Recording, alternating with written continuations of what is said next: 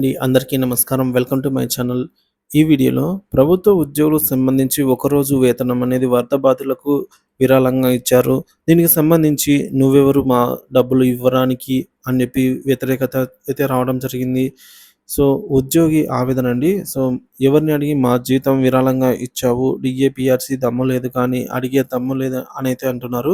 దీనికి సంబంధించిన పూర్తి సమాచారమే మనం ఈ వీడియోలో తెలుసుకుందాము. వీడియోని ఎక్కడే గాని స్కిప్ చేయకుండా ఎండ్ వరకు చూడండి. అప్పుడే ఇన్ఫర్మేషన్ పూర్తిగా అర్థమవుతుంది. వీడియో చూస్తున్న ప్రతి ఒక్కరు వీడియోకి ఒక లైక్ చేయండి. అలాగే ఈ వీడియోని తోటి ఉద్యోగ మిత్రులతో అయితే షేర్ చేయండి. కొత్తగా మన ఛానల్‌ని చూస్తున్న వారు సబ్స్క్రైబ్ చేసుకున్నట్లయితే దయచేసి మన ఛానల్‌ని సబ్స్క్రైబ్ చేసుకోండి. దీని ద్వారా నేను చేసే లేటెస్ట్ వీడియోస్ అన్నీ మీ వరకు రీచ్ అవుతాయి. ఇక ఆలస్యం చేయకుండా మనం వీడియోలోకైతే వెళ్ళిపోదాము.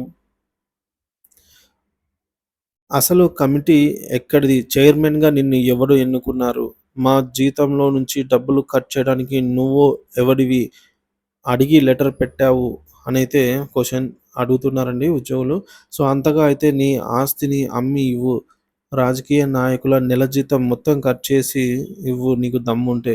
వచ్చే టీఏలు రావు, సరెండర్ లీవ్‌లు రావు, డీఏ అరియర్స్ రావు. ఇవన్నీ అడగలేని సన్నాసి మా జీతంలోంచి డబ్బులు ఎలా తీసి ఇస్తావు?